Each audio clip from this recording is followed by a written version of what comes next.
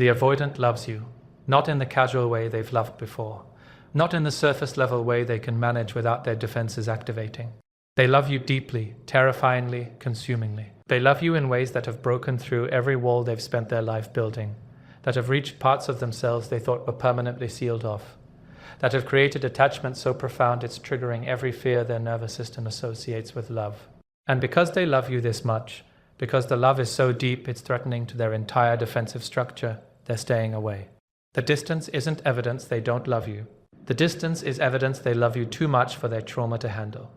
Every day they don't reach out, every moment they remain absent from your life, every instance of what looks like indifference is actually them managing overwhelming feelings they don't have capacity to act on. The avoidant is hopelessly in love with you, and the hopelessness they feel about that love, the certainty that they can't sustain it, the fear that getting closer will destroy them, the conviction that they'll hurt you worse if they stay than if they leave, is exactly what's keeping them away from you. This truth is devastating because it inverts everything you think you understand about love and distance. You've been operating from the belief that if someone truly loves you, they'll want to be close to you. You've assumed that love naturally produces pursuit, presence, commitment. But with the avoidant, love produces the opposite. The more they love you, the more terrified they become. The deeper the feeling, the stronger the impulse to run.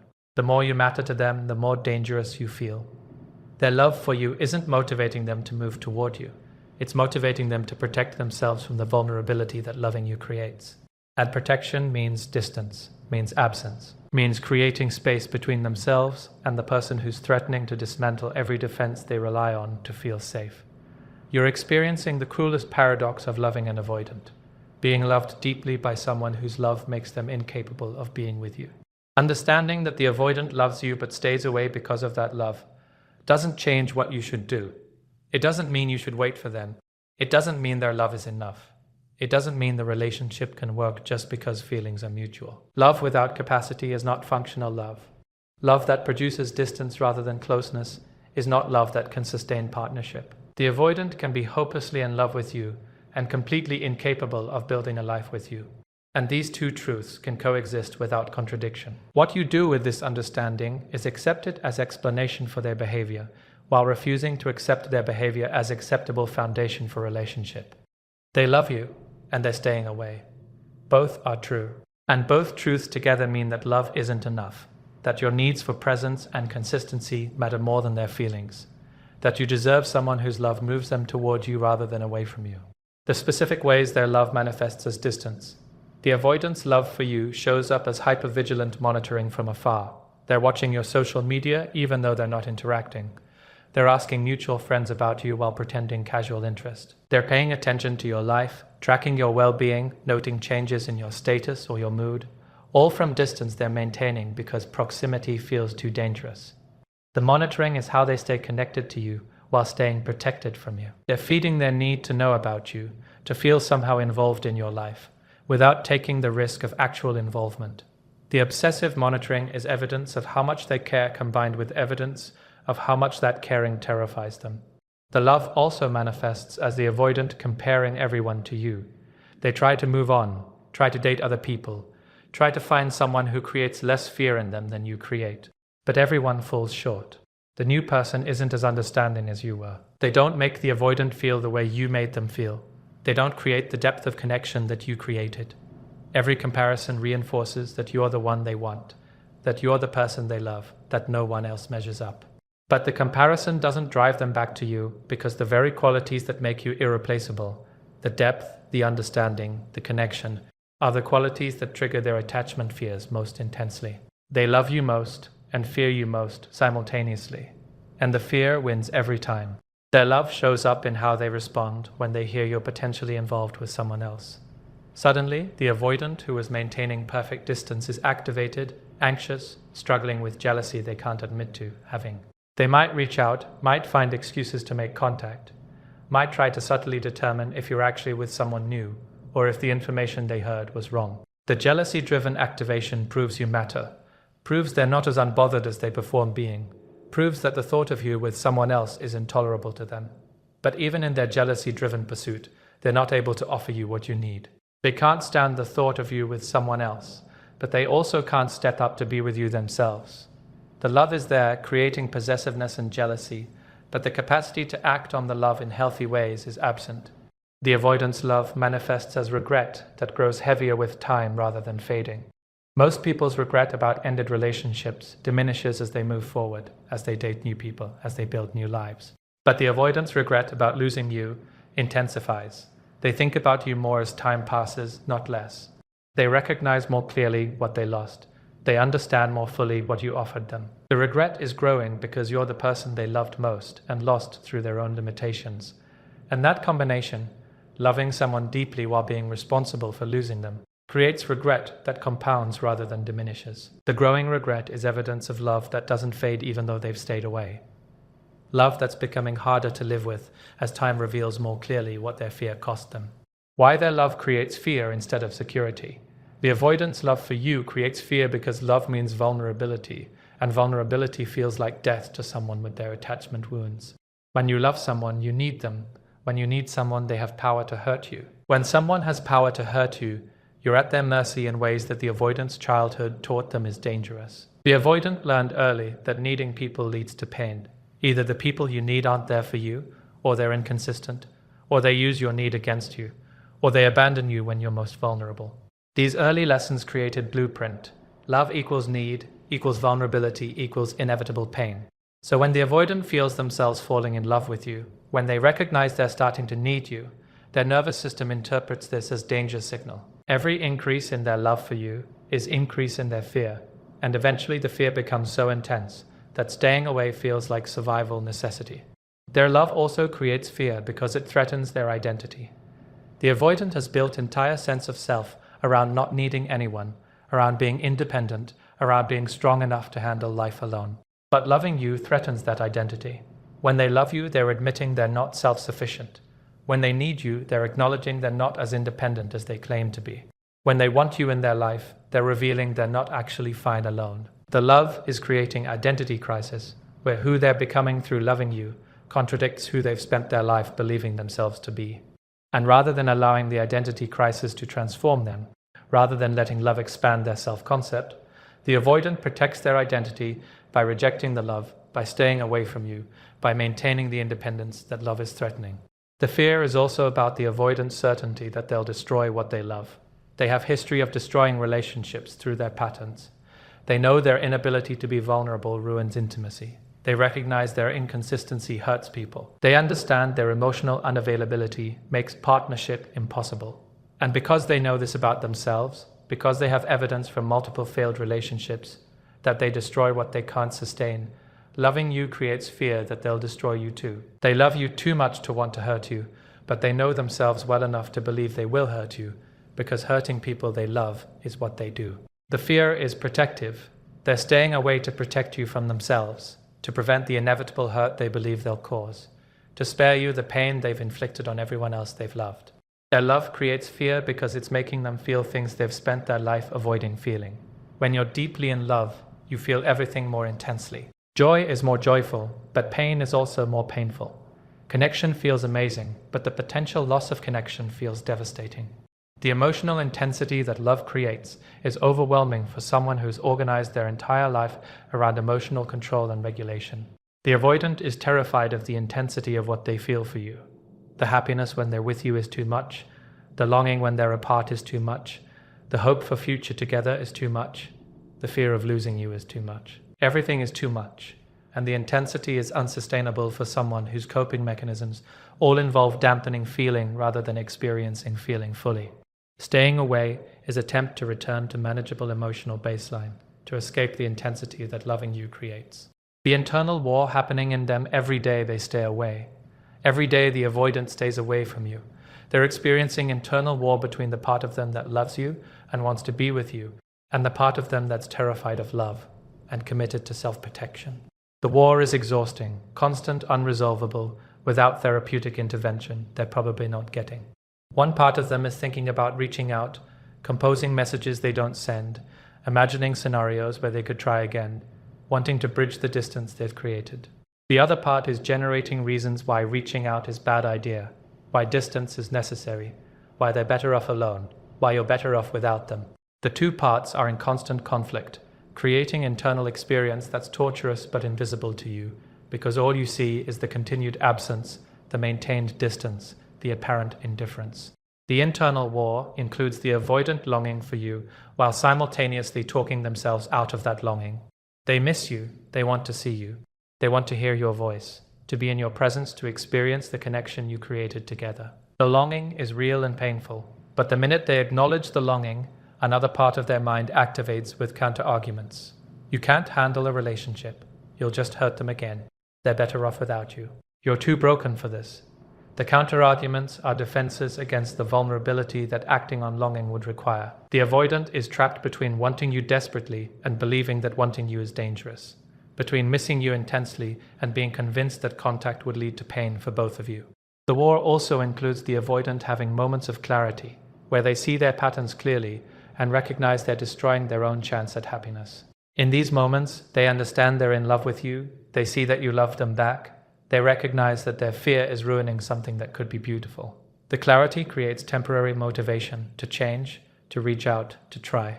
But then the fear reasserts itself. The defenses click back into place.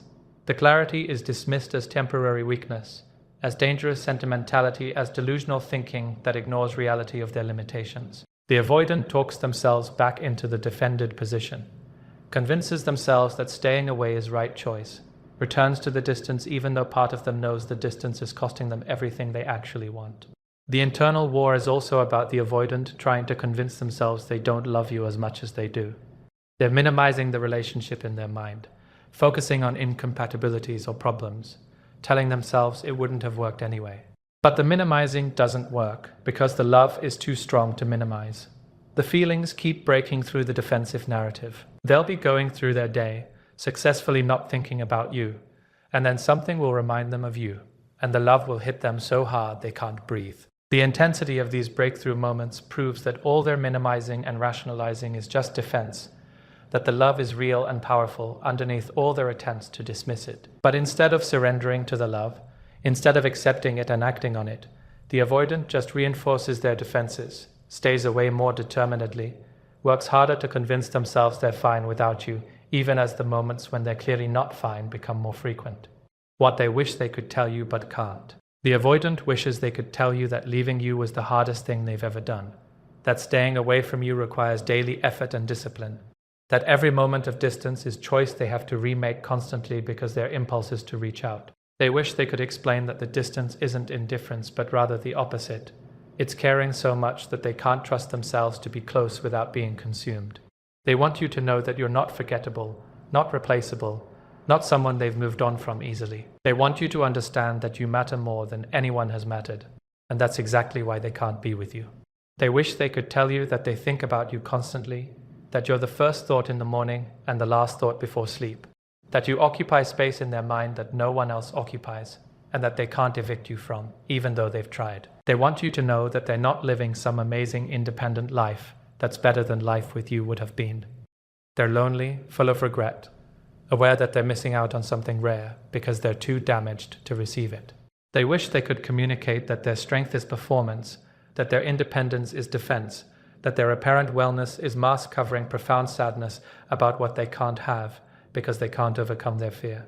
The avoidant wishes they could tell you that they're sorry, not just for specific hurtful things they did or said, but for being fundamentally incapable of being the partner you deserved, for having limitations that prevented them from meeting you, for loving you in ways that didn't translate into the presence and commitment you needed. They want to apologize for making you feel unloved when the truth is they loved you too much to know how to handle it.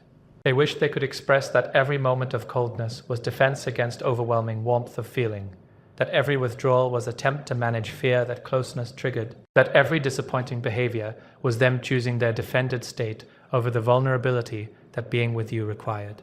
They wish they could tell you that they know you deserve better, that they're aware their limitations destroyed something good, that they recognize you're probably better off without them, even though that recognition doesn't eliminate the pain of not having you.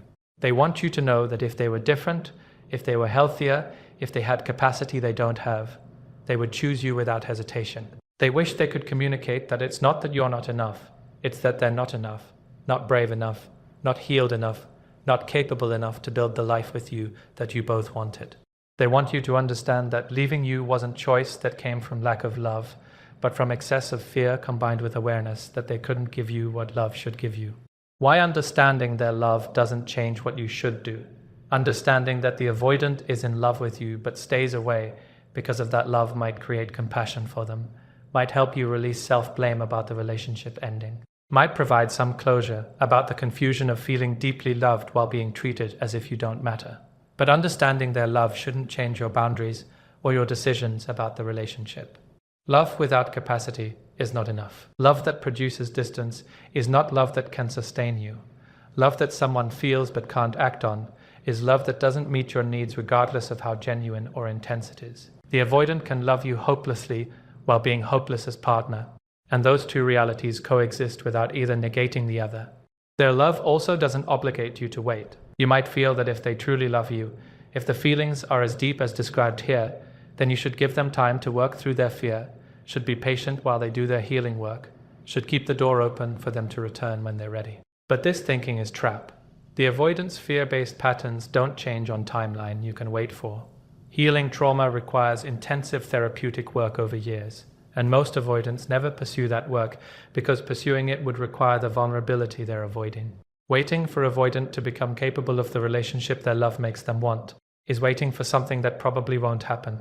And waiting means sacrificing your life, your time, your opportunity for actual partnership with someone who's currently capable of providing it.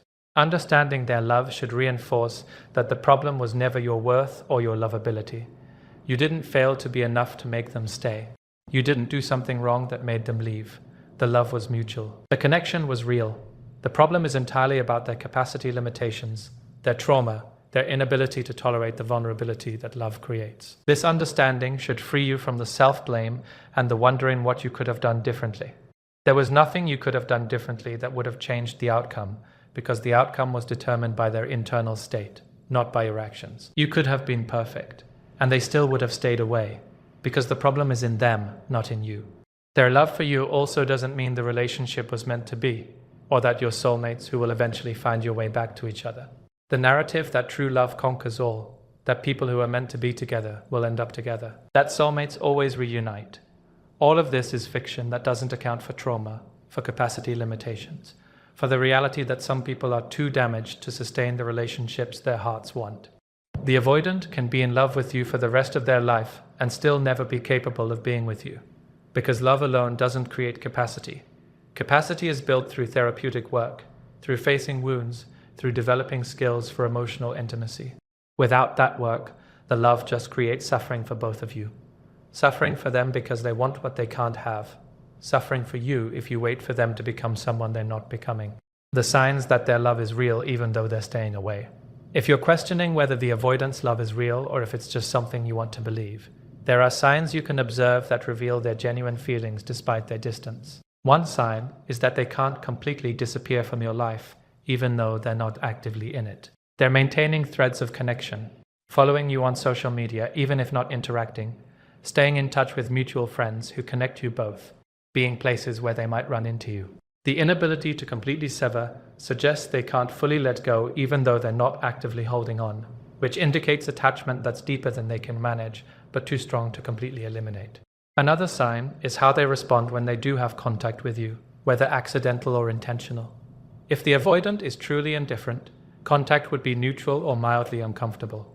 But if they love you, contact will produce visible emotional response they can't completely hide. Nervousness, overcompensation through excessive casualness, emotional intensity that breaks through their usual control, difficulty maintaining eye contact, or conversely, inability to look away from you. The emotional reactivity to your presence is evidence of feelings they're working hard to manage. Feelings that are strong enough to disrupt their usual controlled demeanor. The avoidance response to information about you moving on is also revealing. If they're indifferent, they should be able to hear you're dating someone new or getting serious with someone, or generally thriving without them and feel nothing or feel happy for you. But if they love you, the information will hit them hard. They might not show it directly to you, but their behavior will change. Increased social media activity, as if trying to show they're fine, reaching out to mutual friends more frequently, attempts to determine details about your new relationship situation. The activation in response to you potentially moving on is evidence that you're not someone they've moved on from.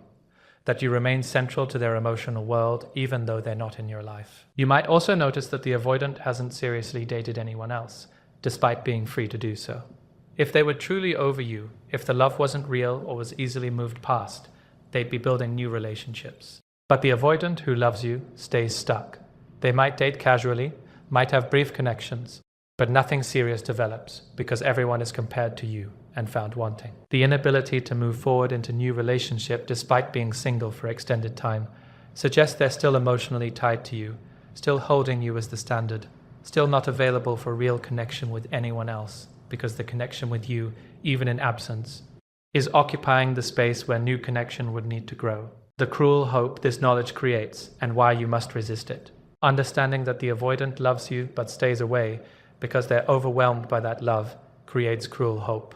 The hope that if they love you this much, maybe they'll come back, maybe they'll do the work, maybe love will win. This hope is cruel because it keeps you waiting, keeps you unavailable to other people, keeps you invested in possibility that's unlikely to materialize. The hope is based on romanticized narrative, where love is enough, where the person who's too scared to stay eventually becomes brave enough to return, where the ending is happy reunion after period of growth. But this narrative is fiction more often than it's reality. Most avoidants don't do the work. Most don't return ready to be different. Most stay stuck in their patterns, loving from distance for years without ever developing capacity to close that distance. The hope also keeps you interpreting every small sign as evidence they're coming back. They liked your post on social media. Maybe it means they're ready to reach out. They asked a mutual friend about you. Maybe they're working up courage to contact you. They're single still. Maybe they're waiting until they're ready for you. Each small sign feeds the hope, keeps you scanning for evidence of their return, keeps you organizing your life around possibility of reconciliation. But the small signs are usually just the avoidant managing their own feelings, checking that you still exist, feeding their need for connection to you without actually choosing to be connected. The signs are breadcrumbs, and following breadcrumbs keeps you hungry rather than feeding you. The cruel hope makes you reject opportunities with other people, because no one measures up to what you had with the avoidant, or because you're holding yourself available for them, even though they're not holding themselves available for you. You meet someone new who's actually available, who actually pursues you, who actually shows up consistently. But you can't fully invest in them because part of you is still hoping the avoidant will come back. The new person can tell you're not fully present, and either they leave or you keep them at distance. And either way, you're sacrificing real possibility for fantasy. The hope is preventing you from building actual relationship, because you're stuck waiting for potential relationship with someone who's demonstrated clearly they can't provide what you need. Resisting this hope requires accepting painful truth. Their love for you is real and it's not enough. Both statements are true simultaneously. They love you and they're staying away. They love you and they're incapable of the relationship you need. They love you and their love doesn't change their limitations. They love you and you need to move on anyway. Accepting these paradoxes, accepting that love and capability are different things, accepting that someone can love you deeply while being completely wrong for you, this is how you resist the hope. You acknowledge their love as real, while refusing to let that love keep you waiting for someone who's not coming back, or who would come back unchanged, and destroy you again through their unchanged patterns. What they're staying away is actually protecting. The avoidance distance is protecting their defended identity more than it's protecting either of you from pain. They've built their entire sense of self around being independent, not needing anyone, being strong enough to handle life alone. Admitting they love you and need you threatens to dismantle this identity. If they come back to you, if they admit they can't live without you, if they allow themselves to be vulnerable and dependent, they lose the identity that's been keeping them safe. They have to face that they're not who they've believed themselves to be, that their independence is performance, that their strength is actually defended weakness. The identity death that loving you and choosing you would require feels more dangerous than the pain of staying away. So they protect the identity even though the identity is false, even though maintaining it costs them you. The distance is also protecting them from having to do the deep therapeutic work that choosing you would require. Being with you would mean being vulnerable, being consistent, being emotionally available. But they're not capable of these things without doing trauma work to heal the wounds that created their avoidant patterns. Doing the trauma work is terrifying. It means facing pain from childhood, grieving what they didn't get, acknowledging how damaged they are. Staying away from you means they can avoid doing this work. They can stay in their defended state, can maintain their patterns, can avoid the discomfort of therapeutic healing. The distance is protecting them from growth that would be painful, even though it would ultimately free them. What they're staying away is not protecting is you from future hurt. Avoidants often tell themselves they're staying away to protect you from the pain they'd cause if they stayed. But this is rationalization. If they truly wanted to protect you from hurt, they would have been honest from the beginning about their limitations, would have let you make informed choice about whether to invest in relationship with them, would have done the work to become capable of meeting you rather than just staying away. The staying away is protecting them from having to face their limitations while watching the hurt those limitations cause you. It's protecting them from the shame of being unable to give you what you deserve. It's protecting them from witnessing the pain their incapacity creates. The protection is for them, not for you, even though they frame it as selfless when it's actually self-protective. The only circumstance under which their love might matter. The avoidance love for you might matter, might become foundation for actual relationship, rather than just explanation for their absence, under one very specific circumstance. If they pursue intensive trauma-focused therapy for minimum of a year, ideally longer, not therapy they mention casually, not a few sessions they quit when it gets uncomfortable. Intensive, ongoing, attachment-focused therapy where they're actively working on their trauma, their patterns, their capacity for vulnerability and intimacy. Therapy where they're learning to tolerate the discomfort of being known, of needing someone, of loving without running. Therapy where they're developing skills they don't currently have and confronting wounds they've been avoiding their entire life. If the avoidant does this work, sustained work over a year or more, and if during that work they maintain respectful distance from you rather than breadcrumbing or manipulating for attention, and if after substantial therapeutic progress they reach out to you with evidence of changed capacity, not just changed feelings, then their love might matter. Then you might have foundation to rebuild on, but even then you should proceed with extreme caution. You should require evidence of sustained behavioral change, not just therapeutic attendance. You should watch for whether they can maintain vulnerability, consistency, and presence when you're together, not just when they're pursuing you. You should verify that the work they've done has created actual capacity increase, not just better understanding of their patterns, without ability to change those patterns. But here's the critical truth. Most avoidants never do this work. Most stay stuck in their patterns.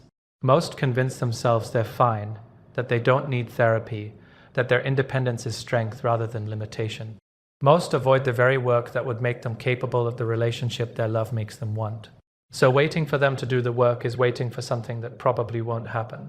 And even if they do start therapy, most quit before the work is complete, before real transformation occurs, before capacity meaningfully increases.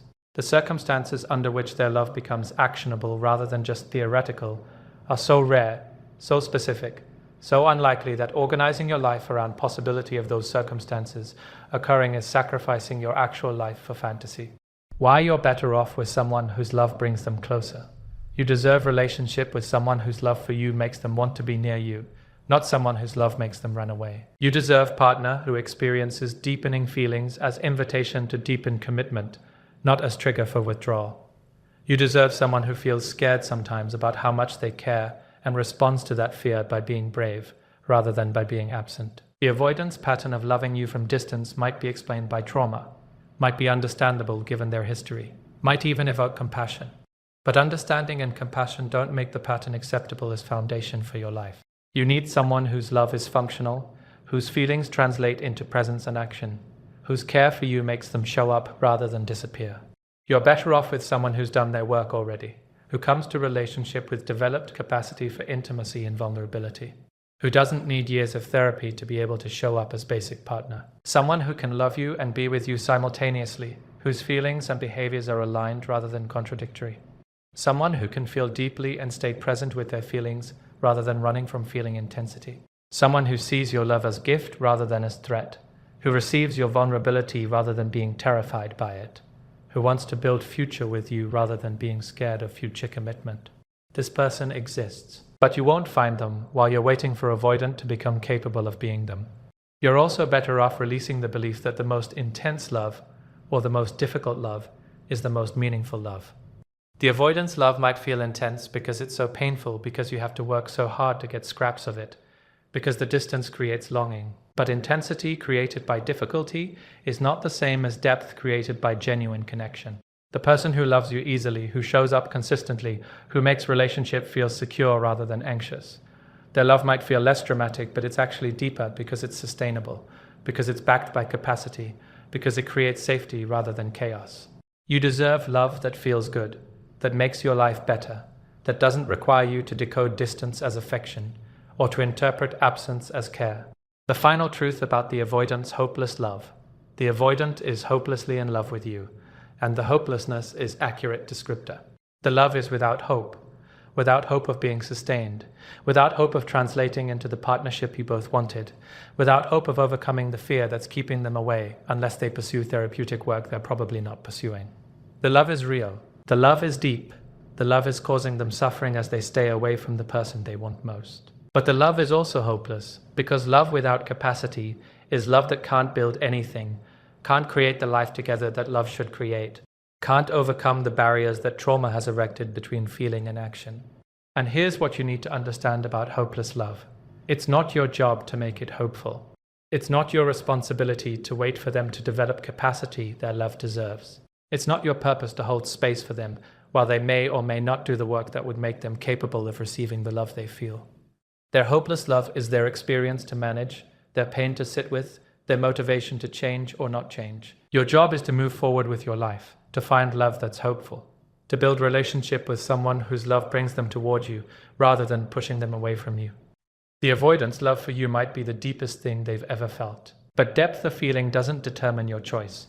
Your choice is determined by whether someone's love translates into treatment you deserve, presence you need, partnership you require. And the avoidant's love, however deep, doesn't translate into any of those things. The avoidant staying away because they love you is tragedy, but it's their tragedy, not yours. You're free to grieve that someone you loved was too damaged to be with you despite loving you back. You're free to feel compassion for their pain, for being trapped between wanting you and fearing you, for loving hopelessly. But you're also free to choose yourself, to require more than tortured love from distance, to build life with someone whose love is backed by capacity to show up. The avoidant will continue loving you from wherever they are, probably for years, possibly forever. And you will continue building a life that doesn't include them, finding someone whose love doesn't require you to interpret absence as affection, creating partnership where love means presence rather than distance. Both of these things will be true simultaneously. They'll love you hopelessly, and you'll be happy with someone else who loves you hopefully, whose hope in your shared future translates into showing up for that future rather than running from it. That's how this story ends, not with the avoidant overcoming their fear and returning ready to love you properly, but with you accepting that their love was real and insufficient, and moving forward without them into the life you deserve, with someone who can actually build it with you.